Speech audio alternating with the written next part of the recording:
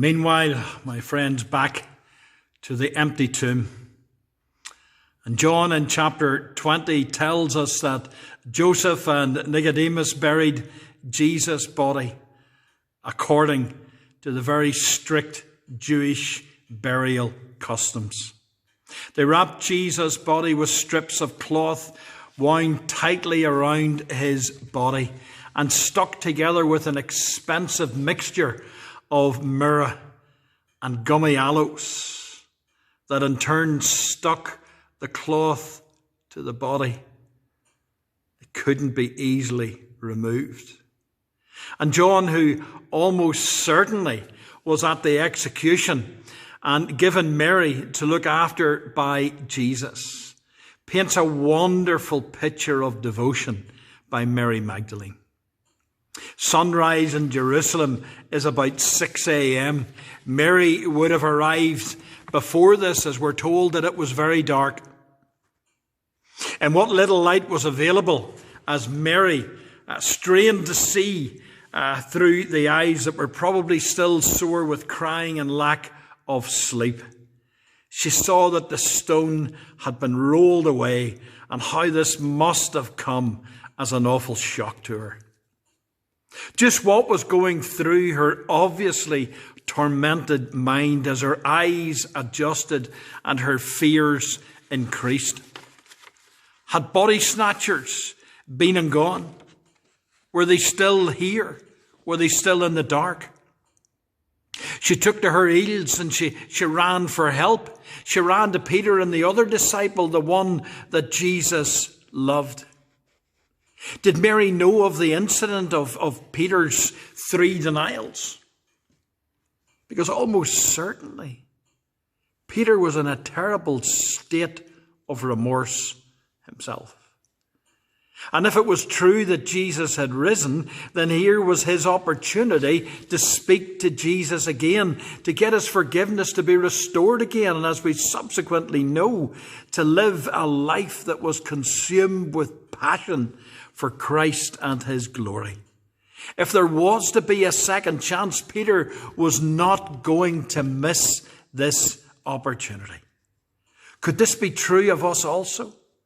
How many opportunities have we been given over the years and months and weeks only to ignore them or respond to them in a half-hearted manner? We too have our sin or remorse at denying Jesus in the way that we live and speak at times. And yet because we know that Jesus was raised from the dead, as believers, we have instant access to his grace and his mercy and restoration. But do we run to him in eager anticipation? Or do we just dilly-dally? So often we lack the conviction of urgency, don't we? Even when we have that sin just rattling in our minds all the time, knocking on our hearts, urgency is not something that seems to overtake us. In any case, they all run to the tomb. John gets there first. But notice that John in verse 5 bent over and he looked in.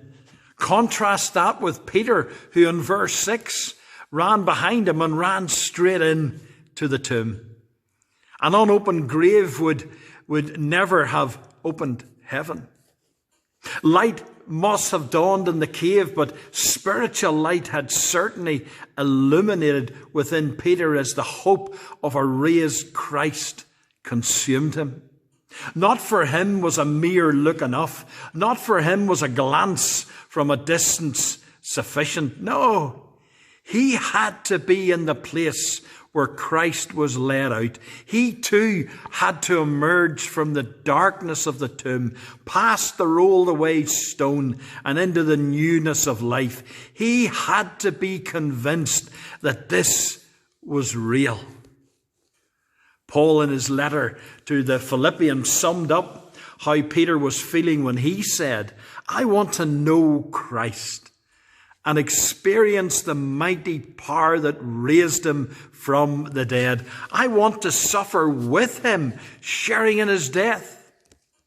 You see, Paul could write about this, but Peter lived it He experienced it, not dwelling on the agony or the physical pain, though that should never ever be ignored, but rather the cost in terms of Christ's humility, his obedience, of his being a servant, of the ridicule, of the rejection from the people he came to save, and eventually of that of his Father, as God the Father turned his back on his Son for the sake of each and every one of us. In verse 7, we have confirmation of the same experience in the Apostle John, who tells us that he also went into the tomb. He saw and he believed. Later in that chapter, in verse 29, Jesus will state, because you have seen me, you've believed. Blessed are those who have not seen and yet have believed. Friends, that's us, isn't it? In John 20, 11 to 18, we read that Mary Magdalene stood outside the tomb in the early hours of the morning, and she was crying. And two angels were there, and she saw them as ordinary people who possibly had taken away the body of Jesus. "Why are you crying?" she was asked. And she said, "Because they have taken away my Lord, and I do not know where they have led him." And verse 14 reads, "Now when she had said this, she turned around and saw Jesus standing there, and did not know that it was Jesus. And Jesus said to her, 'Woman, why are you weeping? Whom are you seeking?' And she supposed him to be the gardener. And she said, 'Sir, if you have taken him away, tell me where you have laid him, and I will take him away.' And verse 16, Jesus said to her, 'Mary, Mary.' She turned and she said to him, 'Rabboni,' which is to say, teacher. When Christ called her name, she knew who it was and responded. Friends, that will be the same with us as well. Has Jesus called your name? Perhaps he has been calling it for years, for months, for weeks, or maybe these past few days. Would you not come to him and acknowledge that he is the risen Christ, who can save you, who can keep you, and who can present you flawless to his Father in heaven? Do you know, we sing that wonderful hymn, don't we? Up from the grave he arose, with a mighty triumph o'er his foes. He arose a victor from the dark domain, and he lives forever with his saints to reign. He arose. He arose. Hallelujah. Christ arose. My friends, on this Easter Sunday morning, we can rejoice, because Christ has risen. Christ has been raised from the dead. Christ will come again. Praise be to God for his great love, and to Jesus, his only Son, and to the Spirit, all three in one. To God be the glory. Great things he has done.